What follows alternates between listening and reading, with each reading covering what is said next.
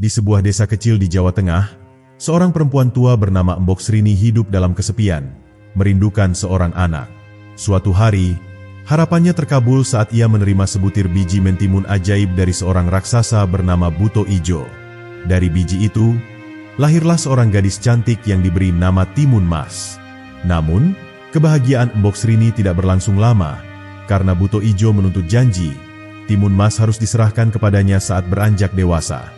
Tak rela kehilangan anak yang sangat disayanginya, Embok Srini mencari cara untuk menyelamatkan Timun Mas. Dengan bantuan seorang pertapa sakti, ia mendapatkan 4 benda ajaib, biji mentimun, jarum, garam, dan terasi. Saat Buto Ijo datang untuk mengambilnya, Timun Mas melarikan diri ke hutan, menggunakan benda-benda tersebut untuk menghalangi langkah sang raksasa. Perjuangan Timun Mas tidaklah mudah. Ia harus menghadapi amarah Buto Ijo yang tak kenal lelah. Namun, dengan kecerdikan dan keberanian, ia akhirnya berhasil lolos dari kejaran raksasa itu. Tapi ancaman belum benar-benar hilang. Buto Ijo berjanji akan kembali untuk membalas dendam. Dalam pencariannya untuk mengakhiri kutukan selamanya, Timun Mas mendapat petunjuk dalam mimpi untuk mencari air suci di Gunung Lawu. Dengan penuh tekad, ia menempuh perjalanan berbahaya demi mendapatkan air ajaib tersebut. Saat Buto Ijo muncul kembali dengan amarah yang lebih besar, Timun Mas menggunakan air suci itu untuk mengalahkan raksasa kejam itu. Buto Ijo akhirnya berubah menjadi batu dan tak pernah kembali lagi. Dengan keberanian dan keteguhan hatinya, Timun Mas berhasil menyelamatkan dirinya dan desanya dari ancaman yang telah lama menghantui mereka. Legenda ini terus dikenang sebagai kisah tentang kecerdikan, keberanian, dan cinta seorang ibu yang tak terbatas. Kelahiran Timun Mas. Di sebuah desa yang terletak di Jawa Tengah, hidup seorang wanita tua yang sudah lama mendambakan seorang anak. Wanita itu bernama Embok Sri, seorang janda yang tinggal di sebuah rumah sederhana yang terbuat dari bambu. Meski hidup dalam kesederhanaan, Embok Sri selalu merasa bahwa hidupnya belum lengkap tanpa kehadiran seorang anak. Suatu malam, ketika ia sedang duduk di depan rumahnya, menangis dengan penuh harap, seorang dewi muncul dalam mimpinya. Dewi itu berkata, "Embok Sri, aku akan memberimu anak, tetapi anak itu tidak akan lahir seperti anak pada umumnya. Anakmu akan membawa takdir yang luar biasa." Keesokan harinya, ketika Embok Sri sedang bekerja di ladang, ia merasa sesuatu yang aneh. Ada cahaya yang bersinar di tengah hutan di dekat rumahnya. Tanpa ragu, ia mendekati cahaya itu dan menemukan sebuah timun yang sangat besar dan matang.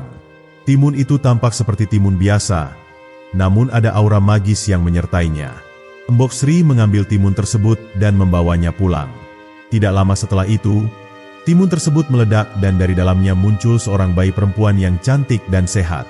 Embok Sri sangat terkejut dan terharu. Namun ia menyadari bahwa inilah anak yang dijanjikan oleh Dewi dalam mimpinya.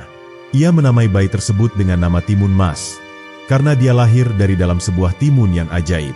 Sejak saat itu, Embok Sri merawat Timun Mas dengan penuh kasih sayang, memberikan segala yang terbaik untuknya. Timun Mas tumbuh menjadi gadis yang sangat cerdas dan baik hati, sangat disayangi oleh Embok Sri. Namun, kebahagiaan itu tidak bertahan lama. Timun Mas tidak tahu bahwa di balik kelahirannya, ada ancaman besar yang menunggu. Buto Ijo, raksasa jahat yang sangat kuat, telah lama mengincar Timun Mas. Ia telah mendengar kabar bahwa ada seorang anak yang lahir dari timun ajaib dan memiliki kekuatan luar biasa. Buto Ijo yang sangat serakah ingin mendapatkan kekuatan tersebut untuk dirinya sendiri. Dengan niat buruk, ia merencanakan untuk mengambil Timun Mas. Suatu hari, Embok Sri merasa ada sesuatu yang tidak beres. Ia mendapat firasat buruk dan segera pergi ke hutan untuk bertemu dengan Dewi yang memberinya Timun Mas. Dewi itu memberitahunya bahwa Buto Ijo sedang mencari Timun Mas untuk merebut kekuatannya. "Anakmu akan menghadapi banyak bahaya, Embok Sri," kata Dewi itu. "Namun, jika dia ingin selamat, dia harus menerima ujian dan menggunakan kekuatan yang ada padanya." Embok Sri kembali ke rumah dengan hati yang cemas. Ia tidak ingin Timun Mas terjebak dalam bahaya. Maka, ia mulai mengajarkan Timun Mas cara melindungi diri dan memberi berbagai bekal yang bisa digunakan untuk melawan Buto Ijo. Embok Sri tahu bahwa waktunya semakin dekat, dan Timun Mas harus siap menghadapi kenyataan bahwa hidupnya akan berubah selamanya. Persiapan dan peringatan. Setelah mendengar peringatan dari Dewi, Embok Sri semakin khawatir akan keselamatan Timun Mas. Ia menyadari bahwa anaknya yang selama ini ia rawat dengan penuh kasih sayang, kini harus menghadapi takdir yang tidak mudah. Namun, Embok Sri tahu bahwa ia tidak bisa terus-menerus melindungi Timun Mas dari dunia luar. Suatu hari, ketika matahari mulai terbenam, Embok Sri memanggil Timun Mas untuk berbicara tentang ancaman yang sedang mengintainya. "Timun Mas," kata Embok Sri dengan suara lembut namun penuh keprihatinan. "Kamu harus tahu bahwa ada bahaya yang mengancam hidupmu. Buto Ijo, raksasa jahat yang sangat kuat, akan mencarimu. Ia ingin mendapatkan kekuatan yang ada padamu. Kamu harus siap menghadapi apapun yang akan datang." Timun Mas terkejut mendengar penjelasan Embok Sri. Selama ini, ia tidak pernah tahu bahwa ada ancaman sebesar itu yang mengintainya. "Tapi bagaimana, Embok? Apa yang harus aku lakukan?" tanya Timun Mas dengan suara cemas. Wajahnya menunjukkan ketakutan yang mendalam. Embok Sri menarik napas panjang dan berkata, "Aku akan memberimu beberapa bekal. Bekal ini akan membantumu melawan Buto Ijo. Ini adalah bekal yang diberikan oleh Dewi kepada kita. Kamu harus mempelajarinya dan menggunakannya dengan bijak." Embok Sri kemudian mengeluarkan beberapa benda dari dalam sebuah kotak kayu yang tersembunyi di bawah tempat tidur.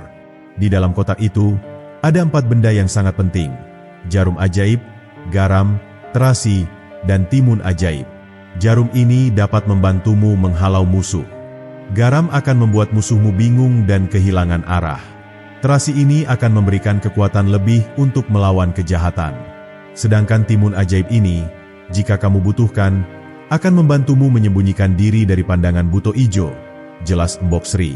Timun Mas memandang barang-barang tersebut dengan penuh rasa ingin tahu. "Apakah aku bisa mengandalkan ini untuk mengalahkan Buto Ijo, Embok?" tanyanya dengan penuh harap. Embok Sri memandangnya dengan tatapan lembut. "Kekuatan sesungguhnya ada dalam dirimu, Timun Mas. Kamu harus percaya pada dirimu sendiri dan keberanian yang ada di dalam hatimu. Jika kamu melawan dengan hati yang tulus, maka kekuatan ini akan sangat berguna. Tapi ingat, jangan pernah lengah, dan jangan terlalu percaya pada apapun yang tampak mudah. Buto Ijo sangat licik." Malam itu, Timun Mas tidak bisa tidur dengan tenang. Pikiran tentang Buto Ijo yang akan datang mengganggu hatinya. Ia tahu bahwa ia harus segera meninggalkan rumah dan bersembunyi di tempat yang aman, karena raksasa itu pasti sedang mencarinya. Pagi-pagi sekali, setelah menyelesaikan segala persiapannya, Timun Mas meminta izin kepada Embok Sri untuk berangkat. Embok Sri memeluknya erat, memberikan doa dan harapan agar Timun Mas selamat. "Jaga dirimu baik-baik, Timun Mas. Ingatlah, jika kamu merasa terpojok, jangan ragu untuk menggunakan benda-benda yang telah kuberikan. Jangan biarkan Buto Ijo menang," kata Embok Sri dengan suara bergetar. Dengan langkah pasti namun penuh kecemasan, Timun Mas meninggalkan rumah yang telah memberinya begitu banyak kenangan indah. Ia melangkah ke hutan yang lebat, berharap bisa menemukan tempat yang aman, jauh dari jangkauan Buto Ijo.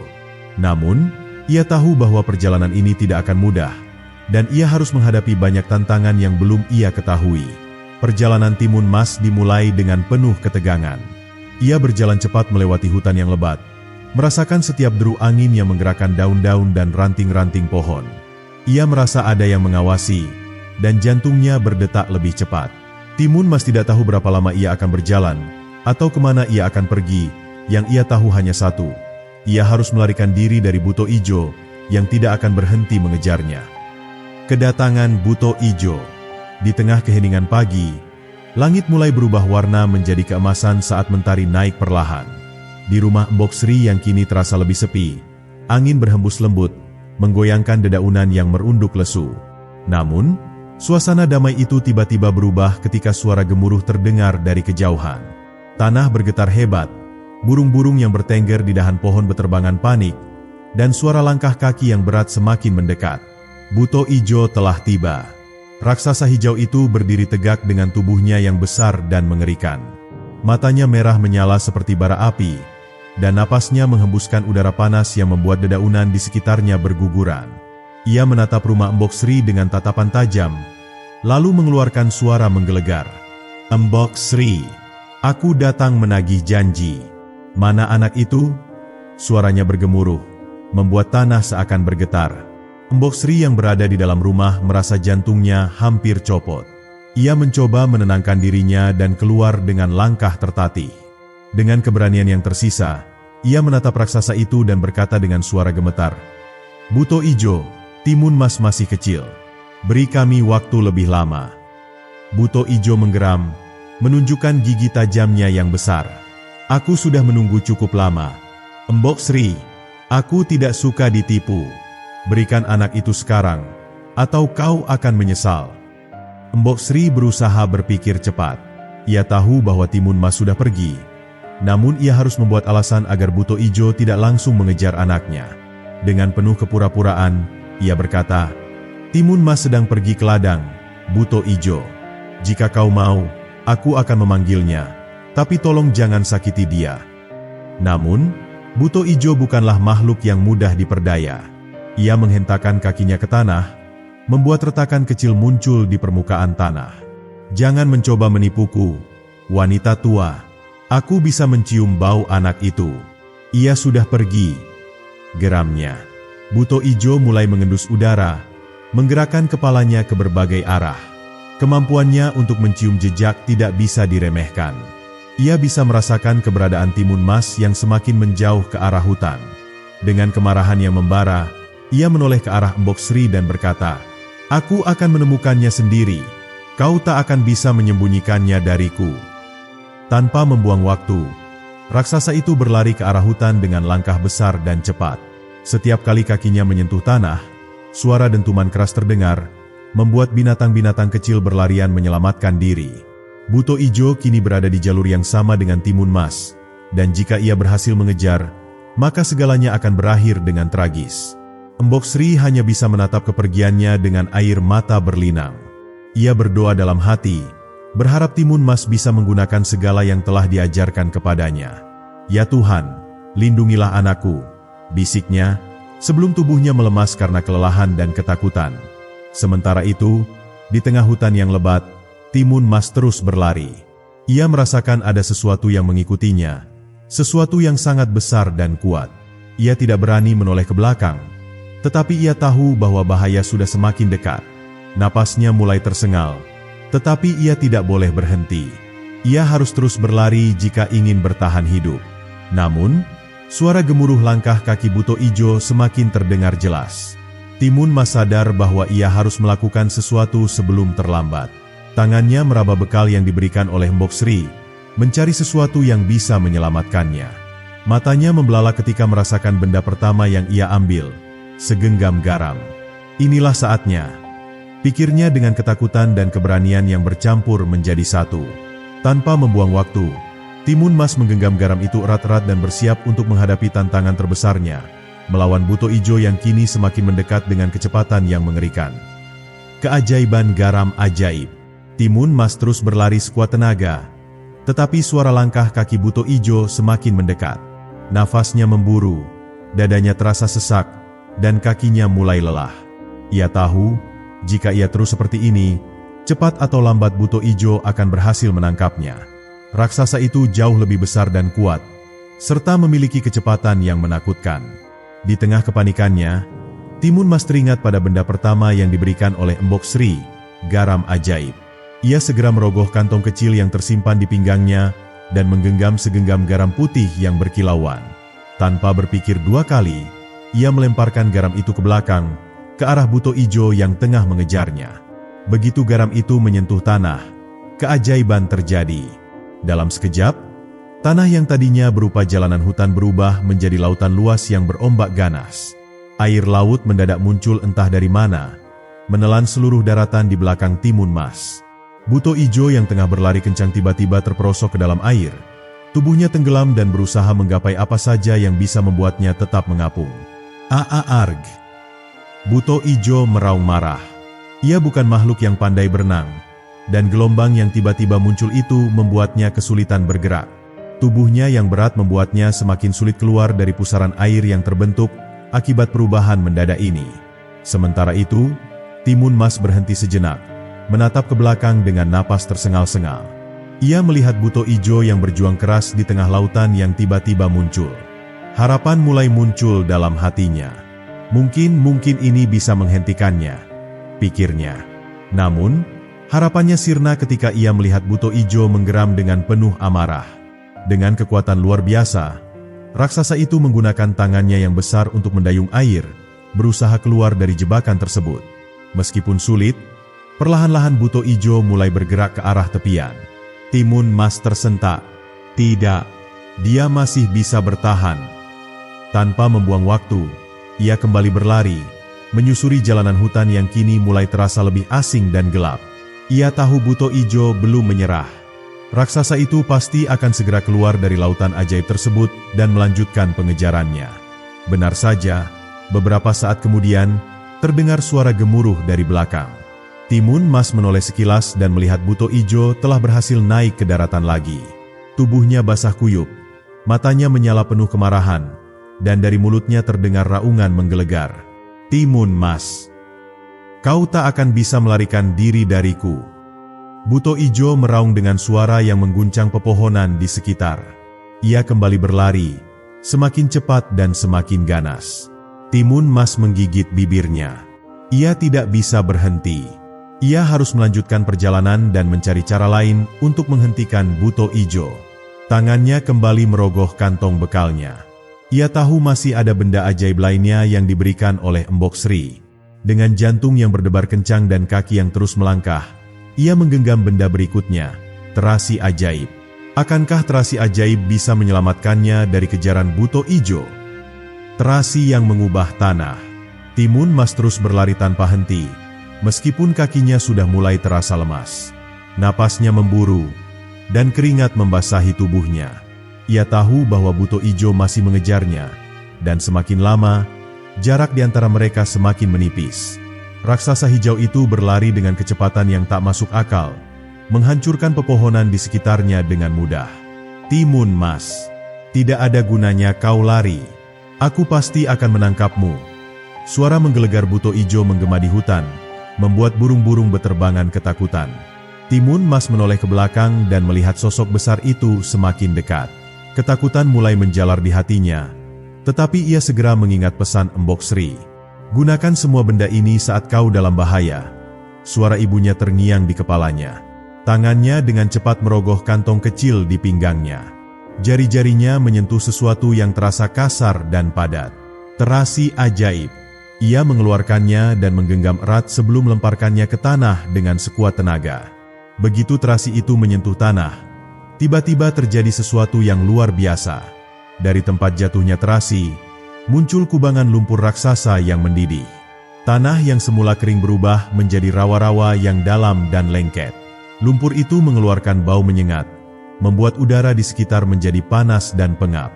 Buto ijo yang tengah berlari dengan kecepatan tinggi tak sempat menghindar. Kakinya yang besar langsung terperosok ke dalam lumpur. Arg! Apa ini? Raksasa itu menggeram dengan marah. Ia mencoba menarik kakinya, tetapi lumpur itu terlalu lengket dan semakin dalam setiap kali ia bergerak. Timun Mas melihat kejadian itu dengan mata terbelalak. Ia berharap jebakan ini bisa menghentikan buto ijo untuk selamanya. Namun, harapannya kembali sirna ketika melihat raksasa hijau itu mulai mengerahkan seluruh kekuatannya. Dengan suara gemuruh yang mengerikan, buto ijo mengeluarkan raungan keras dan menghentakkan kedua tangannya ke tanah. Getaran besar terjadi, menyebabkan tanah di sekitar berguncang hebat. Lumpur yang menjeratnya mulai bergetar dan perlahan mengendur. Dengan dorongan yang luar biasa, buto ijo berhasil menarik kakinya keluar dari lumpur dan melompat ke tanah yang lebih padat. Tubuhnya penuh lumpur hitam yang lengket, tetapi matanya semakin merah penuh amarah. Kau tidak akan bisa lari dari aku, Timun Mas, teriaknya. Timun Mas merasakan dadanya semakin sesak. Buto ijo masih belum bisa dikalahkan. Ia harus terus berlari, harus terus mencari cara untuk menghindar. Tangannya kembali merogoh kantong kecilnya. Masih ada dua benda ajaib tersisa. Ia menggenggam biji mentimun dan bersiap untuk menggunakannya sebagai harapan terakhirnya. Dengan napas tersengal dan langkah yang semakin cepat, Timun Mas berlari ke arah hutan yang semakin gelap, meninggalkan buto ijo yang masih berusaha membersihkan lumpur dari tubuhnya. Namun, ia tahu bahwa waktu semakin menipis. Buto Ijo pasti akan kembali mengejarnya. Biji mentimun yang ajaib. Timun Mas terus berlari dengan napas tersengal-sengal. Kakinya hampir menyerah, tetapi ia tidak bisa berhenti sekarang. Ia menoleh ke belakang dan melihat Buto Ijo yang masih mengejarnya. Meski tubuh raksasa itu masih berlumuran lumpur, ia tetap berlari dengan penuh kemarahan. Timun Mas tahu bahwa ia tidak punya banyak waktu lagi. Ia segera merogoh kantong kecil di pinggangnya dan menggenggam biji mentimun ajaib. Tanpa ragu, ia melemparkan biji-biji itu ke tanah di belakangnya. Begitu menyentuh tanah, keajaiban terjadi. Dalam hitungan detik, dari biji-biji itu tumbuh tanaman mentimun raksasa dengan kecepatan yang tidak masuk akal. Sulur-sulur besar menjalar ke segala arah. Daun-daunnya melebar seperti payung, dan buah-buah mentimun mulai bergelantungan. Namun, yang paling mengejutkan adalah akar-akar tanaman itu yang bergerak sendiri, seolah memiliki kesadaran. Akar-akar itu melilit ke segala arah, merambat dengan cepat, dan dalam sekejap saja, Buto Ijo sudah terjebak dalam hutan mentimun raksasa yang lebat. Apa ini? Buto Ijo meraung marah, mencoba melepaskan diri dari lilitan akar-akar kuat itu. Sulur-sulur besar melilit tangannya, kakinya, dan bahkan tubuhnya. Buto Ijo berusaha merobek dan mencabik akar-akar tersebut. Tetapi semakin ia meronta, semakin kuat tanaman-tanaman itu menjeratnya. Timun Mas menatap ke belakang dengan harapan di matanya. Semoga ini bisa menghentikannya, gumamnya. Namun, harapannya kembali goyah ketika Buto Ijo mengerahkan seluruh kekuatannya. Dengan raungan yang mengguncang pepohonan, ia berhasil merobek beberapa sulur yang melilit tubuhnya. "Aku akan menangkapmu, Timun Mas!" teriaknya dengan penuh amarah. Satu persatu, sulur-sulur itu berhasil ia cabik hingga akhirnya tubuhnya mulai bebas dari jeratan tanaman raksasa tersebut. Timun Mas merasa putus asa. Bahkan hutan mentimun ajaib pun tidak bisa menghentikan Buto Ijo sepenuhnya. Tanpa membuang waktu, ia kembali berlari. Ia tahu bahwa hanya satu benda ajaib yang tersisa di kantongnya, batu ajaib. Jika ini tidak berhasil, maka segalanya akan berakhir. Dengan hati yang berdebar kencang, Timun Mas berlari menuju hutan yang lebih dalam, menggenggam batu ajaib di tangannya.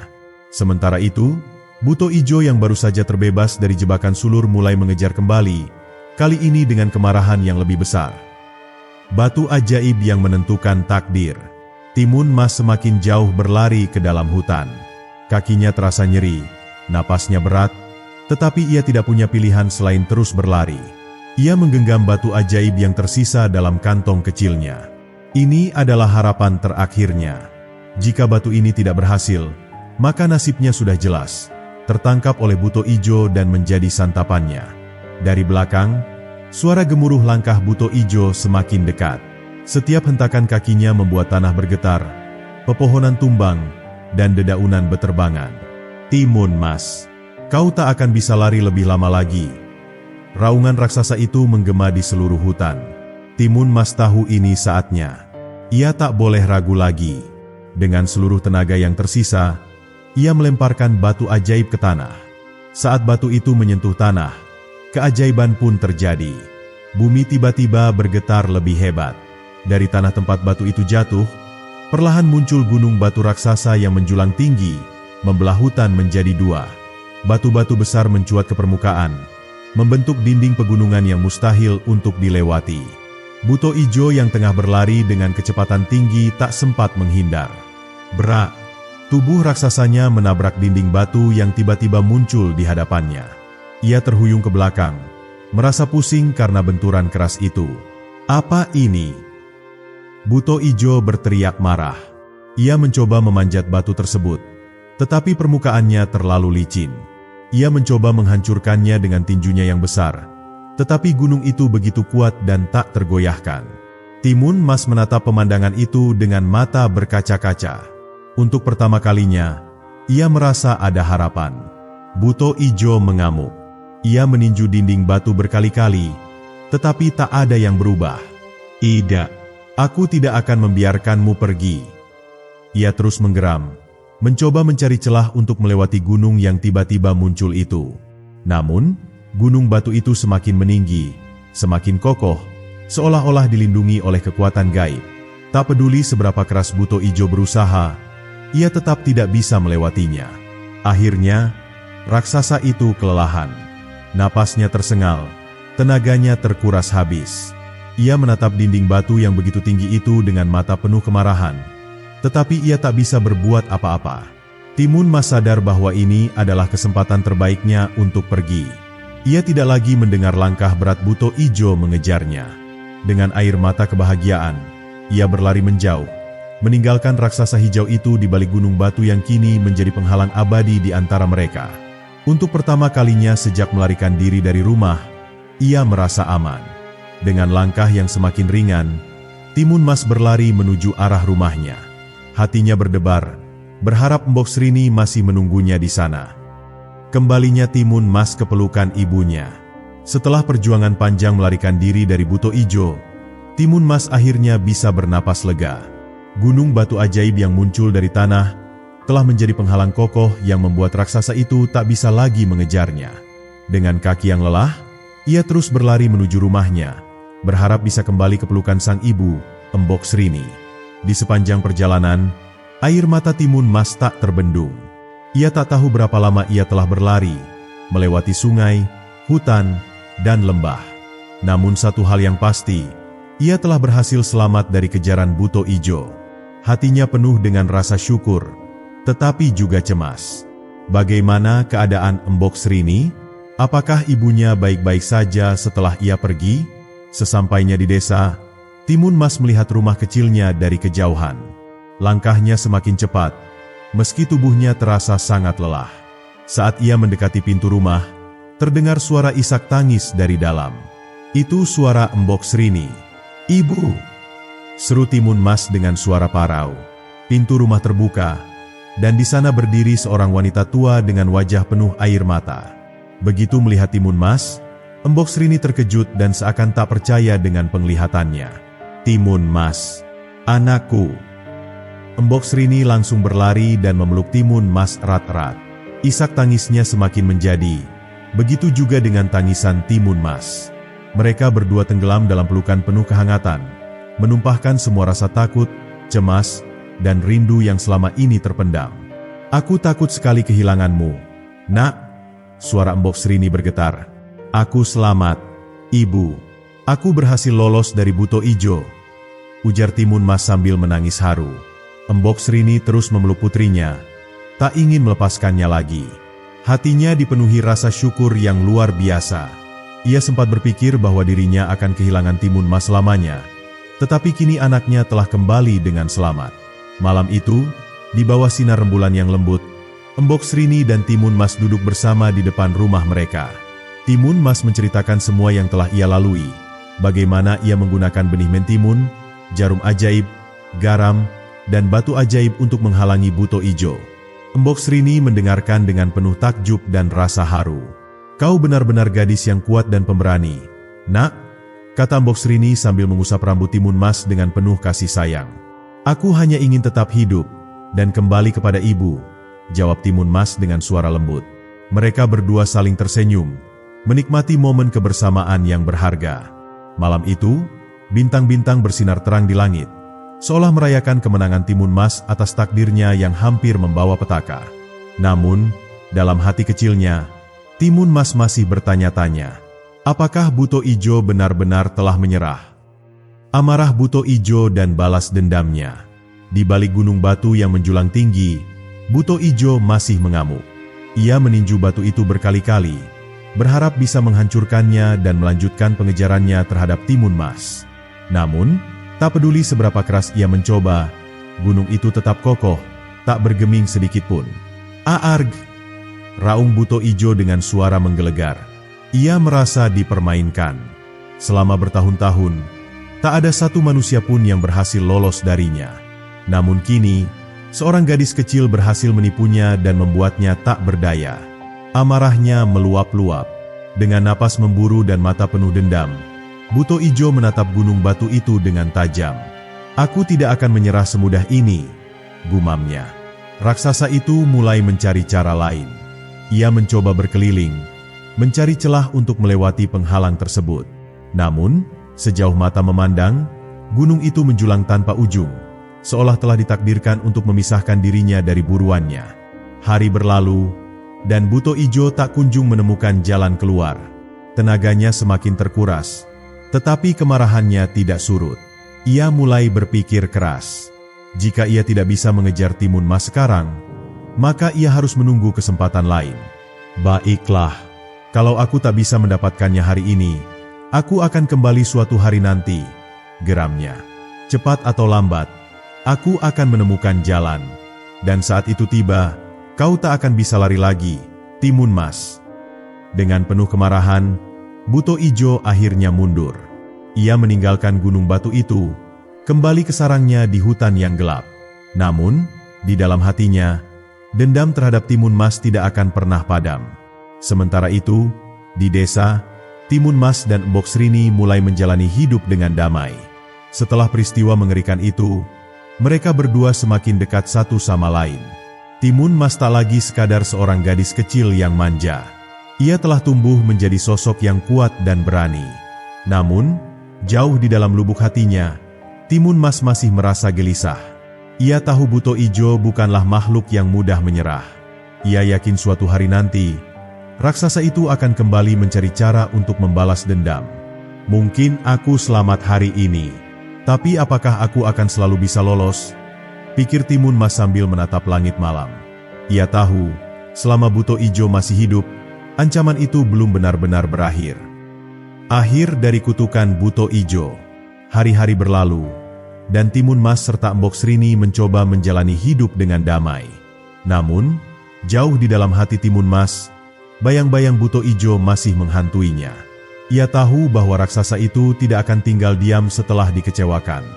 Suatu saat, pasti akan ada cara lain yang ditempuh oleh Buto Ijo untuk membalaskan dendamnya. Suatu malam, dalam tidurnya, Timun Mas bermimpi aneh. Dalam mimpinya, ia melihat seorang kakek tua berjubah putih berdiri di tengah ladang yang luas. Kakek itu tersenyum lembut padanya dan berkata, "Anakku, kau harus mengakhiri ancaman Buto Ijo selamanya. Carilah air suci di puncak Gunung Lawu. Itu adalah satu-satunya cara untuk melemahkan kekuatannya." Timun Mas terbangun dengan napas tersengal. Ia merenungkan mimpi itu dengan hati penuh tanda tanya.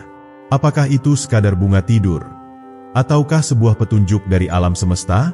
Namun, sesuatu dalam hatinya mengatakan bahwa ia harus mengikuti kata-kata kakek tua itu. Keesokan harinya, Timun Mas menceritakan mimpinya kepada Embok Srini. Sang ibu sempat khawatir, tetapi ia tahu bahwa putrinya telah tumbuh menjadi gadis pemberani. Dengan berat hati, ia mengizinkan Timun Mas untuk melakukan perjalanan menuju Gunung Lawu. Perjalanan itu tidak mudah. Timun Mas harus melewati hutan belantara, mendaki bukit terjal, dan menghadapi berbagai rintangan. Namun, ia terus melangkah dengan keyakinan penuh. Setelah berhari-hari menempuh perjalanan, akhirnya ia tiba di puncak Gunung Lawu. Di sana, ia menemukan sebuah mata air yang memancarkan cahaya keemasan. Inilah air suci yang disebutkan dalam mimpinya. Dengan hati-hati, Timun Mas menampung air suci itu dalam kendi kecil dan segera kembali ke desanya. Ia tahu bahwa waktunya tidak banyak. Ia harus bertindak sebelum Buto Ijo menemukan cara untuk kembali mengejarnya. Benar saja, saat Timun Mas hampir sampai di desa, bumi bergetar hebat. Dari kejauhan, suara langkah berat menggema di udara. Buto Ijo telah kembali. Raksasa itu terlihat lebih marah dari sebelumnya. Matanya menyala merah penuh dendam. "Timun Mas, aku akhirnya menemukan jalan untuk kembali. Kali ini kau tak akan bisa lari lagi," teriaknya dengan suara menggelegar. Namun, Timun Mas tidak gentar. Dengan cepat, ia membuka kendi berisi air suci dan menyiramkannya ke arah Buto Ijo. Seketika, raksasa itu berteriak kesakitan. Tubuhnya mulai mengecil. Perlahan-lahan, Buto Ijo berubah menjadi batu, membatu sepenuhnya dalam hitungan detik. Angin berhembus kencang, membawa keheningan ke seluruh desa. Ancaman Buto Ijo akhirnya berakhir selamanya. Timun Mas kembali ke pelukan Embok Srini. Kali ini, mereka benar-benar bisa hidup dalam kedamaian. Tidak ada lagi ketakutan, tidak ada lagi pelarian. Sejak hari itu, desa tempat mereka tinggal menjadi tempat yang makmur dan tentram. Timun Mas tumbuh menjadi wanita bijaksana yang dihormati oleh banyak orang. Kisahnya tentang keberanian, kecerdikan, dan cinta seorang ibu tetap dikenang turun-temurun sebagai legenda yang abadi.